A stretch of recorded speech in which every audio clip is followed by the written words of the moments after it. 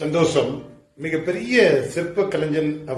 அவரோடு அவர் மகன் சென்று கொண்டிருக்கிறான். அந்த சிற்ப கலைஞன் ஒரு கல்லை பார்த்து ரொம்ப நேரம் பார்த்து கொண்டிருந்தார்.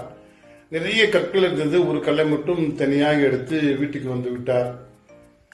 இந்த பையன் அப்பாவிட கேட்கின்றான், அப்பா, நீங்கள் அத்தனை கல்லை பார்த்தீர்கள், ஒரு கல்லை மட்டும்தான் தேர்வு செய்தீர்கள், ஏன் என்று கேட்டார்.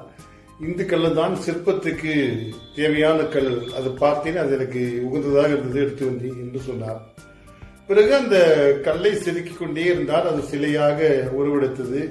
அது உருவெடுத்த பிறகு அந்த சிலைக்கு மெருகேற்றி கொடுத்தார். மெருகேற்றி கொடுத்து மிக அருமையாக பிரமிப்பாக இருந்தது அந்த பையனுக்கு. அப்பொழுது அப்பா பையனை கூட்டி, எங்கே கழிக்க வேண்டுமோ கழித்தேன், எங்கே கூட்ட வேண்டுமோ கூட்டினேன்.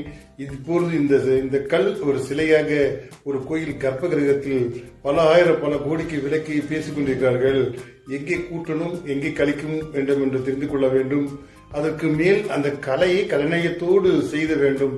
எது உகந்தது என்று உற்று நோக்கி கலைநயத்தோடு செஞ்சால் அது அந்த செயல் நம்மளை சாதனைக்கும் நம்முடைய எண்ணத்துக்கும் நிறைவான ஒரு செயல் கிடைக்கும். அது மன திருப்தியோடு அந்த செயல் செய்தால் நம்ம எதிர்பார்ப்பதை விட நம்மை தேடி வரும் என்று சொல்லலாம். எங்கே கூட்ட வேண்டுமோ அங்கே கூட்ட வேண்டும், எங்கே கழிக்க வேண்டுமோ கழிக்க வேண்டும்.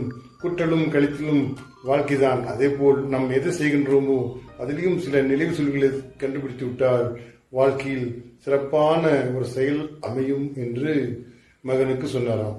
சந்தோஷம். வாழ்க வளமுடன்.